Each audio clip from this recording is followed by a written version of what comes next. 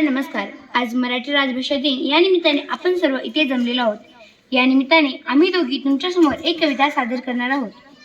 त्या कवितेचे नाव आहे माणुसकीचे धडे. त्याचे कवी आहेत तानाजी शिंदे, हेबतपूर, तालुका उदगीर, जिल्हा लातूर यांनी. या शिक्षणामधून मिळाले आम्हास जीवन जगण्याचे धडे. या शिक्षणामधून मिळाले आम्हास जीवन जगण्याचे धडे. इमानदारीने करावे कष्ट अन वळावे माणुसकीकडे, अन वळावे माणुसकीकडे.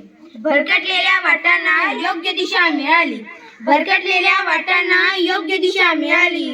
तुमच्या प्रत्येक शब्दातून ध्येय आम्हा कळाली, ध्येय आम्हा कळाली. नव्याने शिकत गेलो, स्वतःला घडवत गेलो, नव्याने शिकत गेलो, स्वतःला घडवत गेलो. मनात जिद्द आकांक्षा घेऊन जिंकत राहिलो, घेऊन जिंकत राहिलो.